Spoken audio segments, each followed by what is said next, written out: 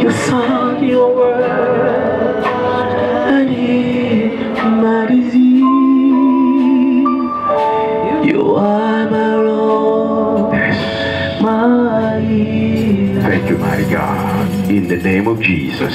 And we all say amen. Amen. And you may be seated. We're talking about the ministry of Jesus Christ. Jesus Christ is our Lord and Savior. He came for a purpose. And then now that He's gone to heaven to prepare a place for us, with the church of God, with the body of Christ. So we are continuing the ministry that He started. So for us to be effective in what we do, we'll have to understand what did He come to do. That's why we'll be sharing on the ministry of Jesus Christ. Our foundational verse is, scripture is in the book of Luke 4, verse 14 to 20. So we're going to read that verse. As we started reading that verse, we're going to stand on our feet to show reverence to the word of God. But do that for all the other verses that I'm going to be giving you. Otherwise it will be up, down, up, down, up, down. I know some friends, they used to meetings like that when they up and down, but some of you are not used to that. So we're going to stand once, read the word, and sit down. Okay, is that all right? Yeah. So it's in the book of Luke, chapter 4, verse 14 to 20. Jesus Christ of Nazareth. The reason why we're here, some of you have never met you before. The reason that we now, chummies, or your friend, or your brothers and sisters, is because of Jesus died on the cross of Calvary. We find the book of Luke. Luke 4, verse 14. Let's stand on our feet for reverence to the word. The Bible says this: Jesus returned to Galilee in the power of the Spirit, and news about Him spread through the whole. And then our Lord Jesus Christ, His entire ministry was in the power of the Holy Spirit. So He says with that power of the Holy Spirit, He started His ministry. He started in His home ground. He went to Nazareth, where He was being brought up. The Bible says, as it was His custom, He went to the synagogue. To be effective in life, you'll have to have some routine. You'll have to have some habits that we do regularly. We share on that. The reason why you're not effective, or you were effective, is because you were built up habits either of success or failure. Jesus had habits. That means at certain time He was going to the synagogue. And this particular occasion, I don't know why, because he wasn't a rabbi in the literal sense, but they gave him the scroll to read. I don't know. Can you just give the mic to someone that walks in here? I don't know why they did that. Probably they were led by the Holy Spirit. Then the Bible says He found a place. To find a place, you'll have to know that scroll. So us as Christians, we'll have to know the word of God. Find a place where it is written. He found His ministry. The Spirit of the old God Mighty is upon me, because the Lord has sent me to do these things. Amen. Amen. Now today we're going to chat on another subject. Not going to rush. We'll have time to finish that. The Bible says this, that Jesus Christ has come in that Luke 4 to do that, to set the captive free and to bring freedom to the prisoners.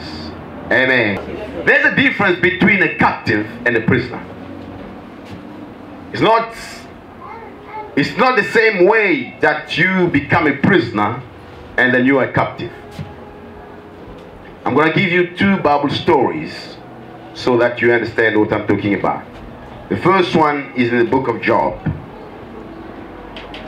chapter 1, verse 6 to 12. If you want to make somebody a prisoner, you have to go through a legal process. Even if you distort the facts, and then you got bad people to come and testify against it, but it has to be sort of a legal process to make him a prisoner. The Bible says this, Job, not John, J-O-B, not J-O-H-N. Amen. You have to go through a legal process. And the devil is very good at going through a legal process with people. That's why the Bible calls him a deceiver. That's why the Bible calls him an accuser of the brethren. Amen. The Bible says one day the angels came to present themselves before the Lord. And Satan also came with them. Amen. The Lord said to Satan, some people are surprised that God speaks to Satan. He does speak to him. He's his creator. And he can come into the presence of God. Amen. The Lord said to Satan, where have you come from? Satan answered the Lord, from roaming throughout the earth, going back and forth on it. That's why the Apostle Peter says, our adversary, the devil, is roaming around like a roaring lion, seeking him to devour. He's roaming around. If somebody is roaming around, he doesn't know who to devour. He's seeking. If you're seeking, that means you don't know. But because if you know exactly that I'm going for Michelle, you go straight to her. But if you're seeking, that means you don't know. Amen. Then the Lord said to Satan, if you considered my servant Job, there is no one on earth like him. He is blameless and upright, a man who fears God and shuns evil. Thou shalt fear God for nothing, Satan replied. Have you not put a hedge around him and his household and everything he has? You have blessed the work of his hands, so that his flocks and herd are spread throughout the land. But now stretch out your hands and strike everything he has, and he will surely curse you to your face. The Lord said to Satan, very well, then everything he has is in your hand, is in your power. But on the man himself do not lay a finger. Then Satan went out from the presence of the Lord. Amen. So to make a prisoner, you have to go through the legal process. It's a process. No one will make you just a prisoner like that. You know, you have to go through the process. In these instances, in this story, there's some few things that you have to readjust your theology. Satan is a creation. God created him as an angel. He's not equal to God. Just in case some of you think he's equal to God. No. If you want to do something for you, to you, he has to go through the permission. If God doesn't allow him, he won't do anything to you. Some of you think he does things on his own. No. He's an accuser. He's a deceiver. So he comes when the other angels, he was created an angel, comes to God, he also comes and present himself. And God has got a purpose. There's nothing that will happen in the world without the Almighty allowing it. Amos 3 verse 6. It says it's not from the God Almighty that comes good and evil. Amen. God is the first that started testifying about Job. If you've seen my servant Job, and the Satan twisted, he says, no, he's fearing you because he's got some benefits. Those benefits that were on Job, you must claim them. They're also yours. He said you will put an edge around him. The Lord God Almighty will put an edge around you. It will protect you. There's nothing that will happen to you without the Lord allowing it. He says he's blessed the fruit of his hand. He blesses your work. And he says his flock will prosper. That's why he's fearing you. Then he says, if you take away all that, it will curse you in your face. And the Lord, knowing Job, he says, go for it. But on the man himself, you're not touching him. The Lord God will always put boundaries around you. Even the sea that you've got about 200 meters, it will never come here. The Lord has put a boundary around there. It can only go to a certain extent. Why are you so fearful when you're serving a God that will put a hedge around you, that will put boundaries around you? You have to believe it. Amen. What is material thing? That's what God was teaching Job a lesson. Whatever you have, you didn't come with. You know, by the way, I'm a doctor. Let me give you some news. Everyone that is in here came in this world naked. Do you know it? Some of you, you think you had your jewelry on. No. All of us, we came naked. Nothing, zero. Dependent on other people. Entirely depending on other people. With no power. But God organizes everything. He has got a mother, you got a father, you had that nurse that was looking at you. He chose that one because she was knowledgeable, she was experienced that to look after you. She didn't choose a dumb one so that you will have some brain damage. She knew that you needed to go to varsity. She knew that you needed to be an engineer. Put everything together because he knows those things. You can always replace them. You can replace them. And then, that's why he allows those ones to go. What is essential, the Lord will never be allowing anyone to touch on them. Because there are things that are essential. There are other things that you can replace them. You know, to explain to you about that, let me give you an example. You know, when people were expanding in the United States, they were going from places to places, looking for gold, looking for other states. There's something that they will always carry them because it was essential to their dwelling. You know, like they had to build things in wood like those ones. And they live on them for a while, then when that part is no longer so that productive, they will move to another place. And do you know what they used to do? They will burn down all those shacks completely before they move. And someone was surprised. Why you burn it down? Leave it so that it can at least be of use to some people else. He says, no, you don't understand. You got something that we can't get where we're going. It was the nails. So in other words, they would burn all the camp down to ashes, so that after that they will go into those ashes, they will pick up all those nails and go with them, because they knew that the nails, they can't find them, but the wood they can always find wherever they go. So God knows what is the most important part is your spirit.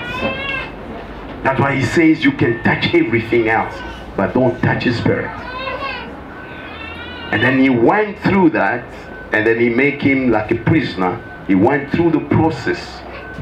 There is a court where the devil is accusing you to try and make you a prisoner. And then you know who's your advocate that defending you? It's Jesus Christ. That is sitting at the right hand of Majesty on high. That is pleading for you in the name of Jesus. And when you need a counsel, you know what the divine counsel is? The Holy Spirit that he calls to come as a counsel. And then they're all together standing for you. That's why he says, Job says after that, that my Redeemer will rise up last. To get someone out of prison, you need redemption. Yeah. Otherwise, if you just break into prison and get him out, it's illegal.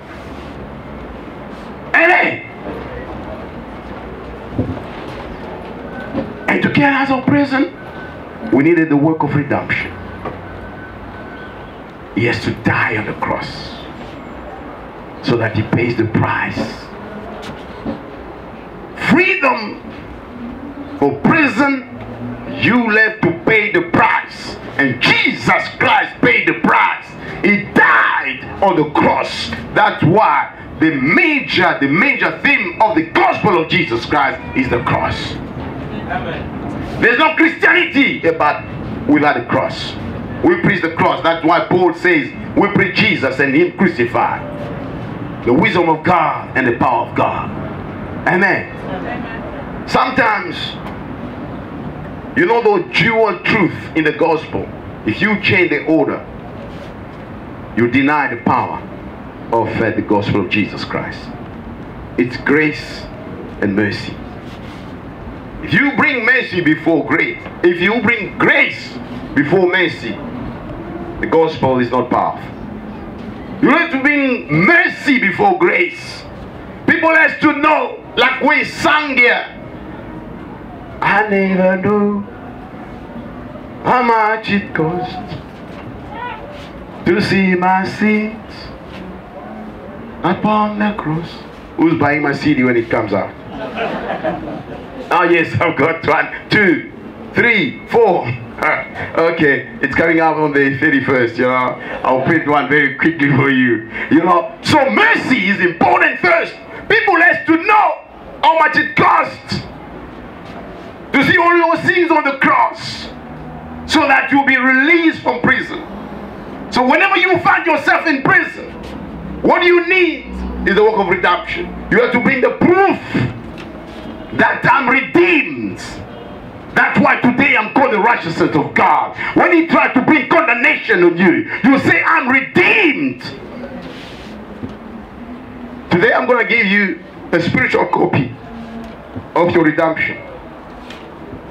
You know, not, how do you say it? Hard copy, and those that know the internet, what is it?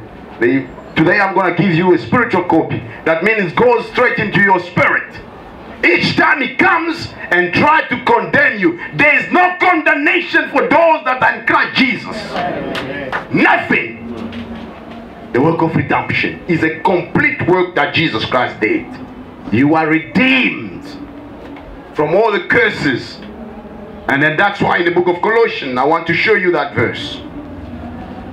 It's a very important one for you to know. Colossians 2 verse 14.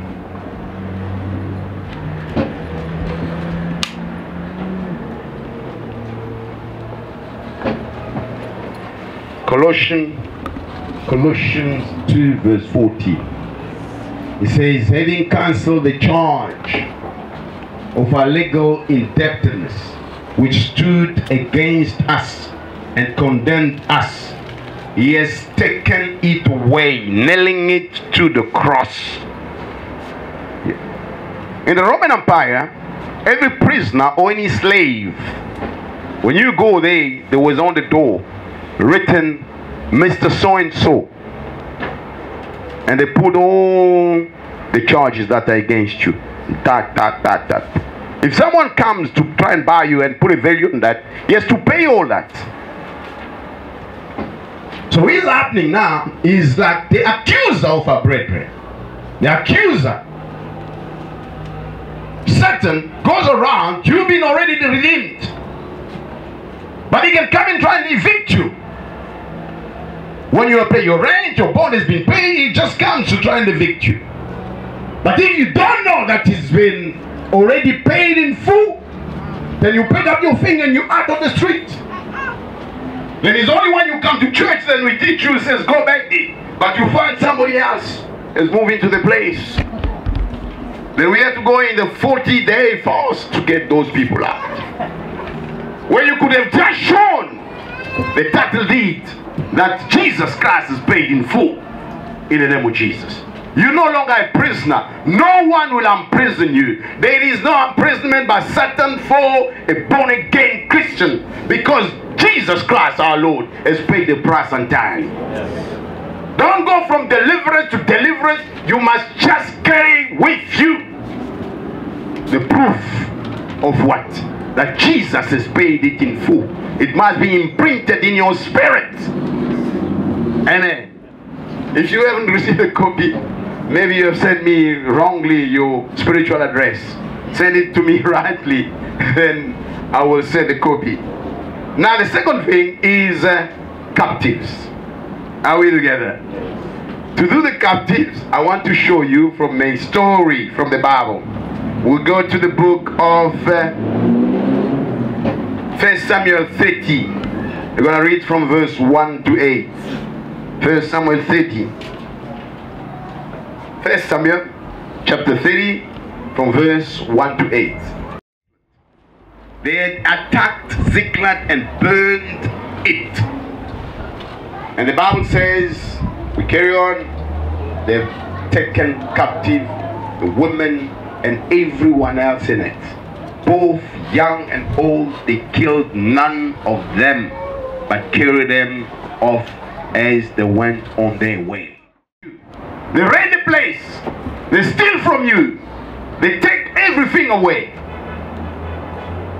And the captivity, you're not guilty. They take you, you're a captive. There's no legal process. They didn't go through a process of saying, this is what you have done, this is what whatever you've done, you're entitled to 30 years or whatever. No. They just take you by force. That's what happened to Israel. They went captive to Babylon. That means the king of Babylon came and take them captive. They were captive in Egypt on their own will. They walked there. You know. But the captivity, when they wanted to leave the place, he refused to let them go. So you have to understand, the prisoner, you deal with them in a different way. The prisoner mostly are what? Are people that are born again Christian. They lie to them in a legal process and then they make you prisoner. The captive, because they've got no protection, somebody comes and do what? You just take them. Let's see what happens, how you deal with captivity. Let's go. They've taken them captive. Verse 4, it says, so David and his men wept aloud until they had no strength left to weep. If you ever wept until you've got no strength, like literally cry, you cry, you cry, you cry, and then sometimes you become dehydrated, you're crying, there's no tear to come out because you're so dehydrated, you can't cry no more. There's no sound that will come. You are just in anguish, in despair. David was greatly distressed because the men were talking of storming him. Each one was bitter in his spirit because of his sons and daughters. But David found strength in the Lord. Must be responsible. Because you know they can turn against you. They can turn against you. You know, now you're responsible. It's not the people that took the wives and the sons down, they turned it to David. It's your fault. Israel did the same with Moses in the desert. They turned against Moses. They said, you should have left us in Egypt. Why did you bring us here? That means if you want to take people, you have to know where you're taking them. Otherwise they will turn against you. And then, but David here is an example of all those that want to be in spiritual leadership. People can turn against you. It's not for you not to start arguing with them. They will say, no. Since I've joined this church, you know, my car was broken, you know, and then I've lost my job, and I don't know what's happening. So he doesn't look straight in your face, he's looking down. You know already that, you know, he's accusing me. You know, I don't understand, Pastor. You have to explain to me. What do I have to explain? You know, but you don't have to argue with people. Amen. Sometimes they even come and accuse you of causing havoc in the relationship when you haven't even said anything. You know, this one complain about that one complain about that one. You keep on being quiet. Then they say it's your fault that we've got problems in the relationship. You know, you don't have to argue. What do? You have to strengthen yourself in the Lord. You have to go on your knee. That's why it's a difficult leadership.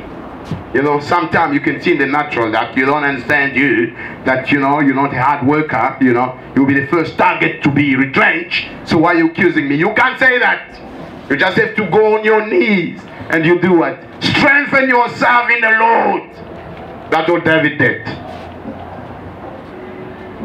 Then he said to the priest, bring the ephod. And then he brought it to him. And then he inquired of the Lord, shall I pursue this raiding party? Will I overtake them? He says, pursue them. He answered, you will certainly overtake them and succeed in the rescue. The captive, you have to rescue them. You don't have to argue. There is no condemnation that has been made for them. It's illegal what they did. They just took them. You'll have to rescue them. Once the Lord gives you strength, he said, go and recover all of them Amen. And then that's what exactly what David did. He says, in the might of the Lord, he followed them and recovered the captive and brought them back in the name of Jesus. Some people in the church, they will be captives to all the schemes of Satan. We don't bring a Lego. That's why we do spiritual warfare. We pray, and then what do we use as weapons? We have taught you already what kind of weapons. The major one that you do is prayer and the word of God. Amen. Amen. You can't kill all spirits, you know. Some of the people that sin, they say, I'll kill you. You can't kill Satan. Now you look kill him. It's a spirit. How can you kill a spirit? You will have to rescue, and then the weapon that you have got is first of all prayer. That's why we lack a church that prays. We'll have to continually pray. The Bible says pray at all times with all kind of prayer. All kind of prayer. All time. You don't pray until. No. That's not biblical. You pray at all time with all kind of prayer. And then you use the weapon that God has given you. I'm not going to come on that. The one weapon that is very effective after prayer, you do what? The word of God. You confess the word of God all the time. All the time you confess the word. The word, the word, the word, the word, the word, the word. Yeah. You know, some of the business people, what they do, they got what we call affirmation. We don't do that in the kingdom of God. I don't know why. And before I started doing affirmation, I was taught in the business field. Then I understood what the Bible says. When he says they had victory because of the truth of the testimony and the blood of the Lamb of God. The truth of the testimony, you keep on declaring what the Bible says you are. What the Bible says you've got. Every morning you wake up, you say, I'm the redeemed of God. I'm the righteousness of God. There's no condemnation for me because I'm in Christ Jesus. You say it. Amen. Amen. You say it continually. And we've taught you that what God says, whatever you say in his hearing, is going to do it exactly the way you do it. Your confession, when it's the word of God, hearkens angelic activity. But you only confess according to the Satan. You activate demoniac activity. I'm in that body. I think I'm going to die. Then the devil goes quickly now to present himself. Did you hear what he says? He wants to die. So what do you keep him here? It will be unproductive in your kingdom. You know. Then God can say, no, that one now is useless. Bring him back here. And he comes and brings you. You will have to confess. Those weapons will come back to those weapons again in the new year. One of them is prayer. The second thing you confess. You use the blood of Jesus all the time. That's why it gives you victory. If you want to go and then take people captive, sometimes your children can be taken captives. Yet the Bible says, if you make your children grow in the words of the Lord, they will never depart from them. They can run away from your house. Then it's not being prisoner, it's being captive. You go with the word of God all the time, wherever they are. Amen. Amen. We got our brother here. One of our brothers. Once upon a time, we have to go to a bistro and stand in front of him and then talk the word of God until he comes out. Then we asked him, why did you come out? He said, I just felt coming out. You didn't feel? Really? I was here saying, you come out here in the name of Jesus. And keep on talking and praying until he comes out. Are you looking for me? Yes, get in the car and let go. In Jesus' mighty name. That's why you deal with captives. It's different from prisoners. Amen. You have to distinguish between captivity and prison. The last one, Jesus said, I've come to proclaim the year of Jubilee. You want to touch on that? Let's go back to that so that you see the year of Jubilee. Jubilee is the year of favor. Now, that's what was happening in Israel. There was a law. The law was the Sabbath. It's not all about just praying on Saturday, not Sunday. This is the law was made. It says every 7 years you make to make the land rest. You're not supposed to be plowing in the land. You leave for the people that do not have land. They can dwell in there. You don't do anything to them every 7 years.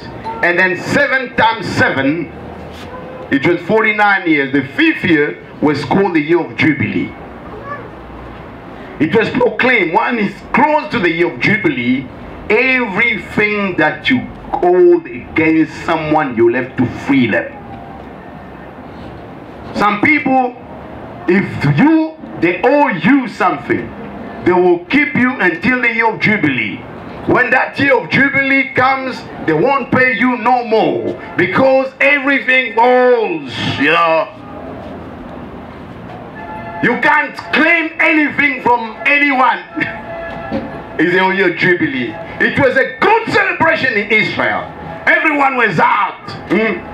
Whatever I don't deserve, the Lord has given me. They released people from debt, and people that were in prison were released because it was the year of Jubilee. We have to start afresh. I feel like in this country, they shouldn't bring the law of Jubilee. Otherwise, for the criminals will be out again. You know? They've got to act up to try to keep them in prison. So now, if they bring Jubilee, after Jubilee, that first year will be hard for some of us, you know. They have to keep them in prison. So now, Christ has said, I've come to proclaim a year of Jubilee. You know, you have to believe that Jesus has come to proclaim a year of Jubilee. Some of you, you're so hard working that you can't believe that God can give you freebies. We shared with the people that were yesterday about the provision of God. You know, God said in terms of provision, whoever does not work should not do what? Should not eat. He said that you will eat from the sweat of your what? Of your labor. We heard some of the business talk. He says the sweet smell to success is called sweat. But to some extent it's true. But let me show you a verse in the Bible. Psalm 127. Let's go to Psalm 127. The Bible says it's in vain that you wake up in the morning and you sleep late trying to eat. 127. Let's just go through the whole of it. A song of ascent of Solomon. And let the Lord build the house, the builder, they do what? They labor in vain. And let the Lord who watches over the city, you got it, the God stand watch in vain. Amen. So it's in vain that you wake up in the morning and toil until very late to try and eat, because you don't believe in the law of Jubilee, that God can give you favor. Our God is a God of favor. That's why we preach the gospel of grace, because He has come to proclaim a year of a Jubilee for you. There's nothing that people will hold against you. It reminds me a joke. Somebody was renting a place, and then he owed the landlord a lot of money. He was in arrears of his rent. Then he gave his heart to Jesus. Then they told him in church, Jesus has set you free. He has paid all your debt. Then he went home, and then the following day, the landlord came. He said, you have to pay my rent. He said, you're a crook. They paid you yesterday. He said, who paid you? He said, Jesus paid you. He called the psychiatrist, it was funny. You have to pay your debt when you've got. Otherwise, there's no Jubilee in this. The Jubilee is the spiritual world. But the Lord has come to do what? To proclaim a year of jubilee. You have to believe it. A lot of example. Like we got a friend that comes from the state. You know, some of the hospitals in the state, what they do at the end of the year like this, they put all the people that are indebted to the hospital. You know, I never understood why a civilized country can't have a decent medical system. It's shocking in the United States. With all the work that they've got, they can't put up a decent medical system to look after the poor. Yet Jesus Christ said, the poor, you always have them. You know, but I wanted to tell you this. You know, they put all of them together. That means this one owes 300,000, this one 75,000, and they pulled one. You know, and they phoned you like on Christmas. It says, Mr. Joshua Bolowa, you know, we have decided for this Christmas, this is your Christmas present, we have cancelled your debt. Amen. The Lord can do it for you. When He proclaims a year of jubilee for you. You know, we had a brother here. Because he believed in the law of jubilee, he was looking for a household. So his sister was married to someone from, I think from Australia, and was living like in Sadala Bay area. And then for 10 years, she kept on asking the sister, would you assist me? You know, I can see you guys are wealthy. Just buy a small mukuku for me. Mukuku, it means in our language in Johannesburg, like a small house for me. And he kept on praying. He kept on praying. When he came to join us, he was in arrears of his rent. So we prayed together and asked God to do a miracle for a year of jubilee, a year of favor. And then after that, he had a call for someone from Bela around that area. He said, I'm a real estate agent. You know Mrs. So-and-so? He said, yes, she's my sister. You know, she phoned me from Australia about 3 months ago and asked me to organize this place for you, and then you can come, you'll have the keys. So he thought it was like, I don't know if there's a Nigerian here, no offense. He thought like it was a Nigerian brother trying to phone him, you know, just to steal from him. Then he was waiting. What do I have to bring when I come to see you? He says, nothing. What do you mean nothing? I said, nothing, just your identity. And he went there, they gave him the key to an empty house. A year of jubilee. You have to believe it. Christ has come to proclaim a year of jubilee for you. We had a sister here that just the natural gift that the Lord has given her. She's never went to a beauty or, how do you call it, a spa class or something like that to do the massage.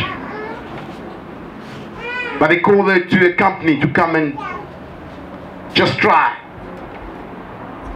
Then she did just what they've explained to her. This is how you do a body massage and things like that. And the lady says, I've been coming to this place for many times. This is the nicest massage I ever heard. And she had a job. Just like that, a year of jubilee. But the jubilee will work well for you if you prepared. Otherwise that opportunity will come. You know, it's not continuous, it's 1 year. Then you have to wait for another 49 years. Just imagine if you're my age.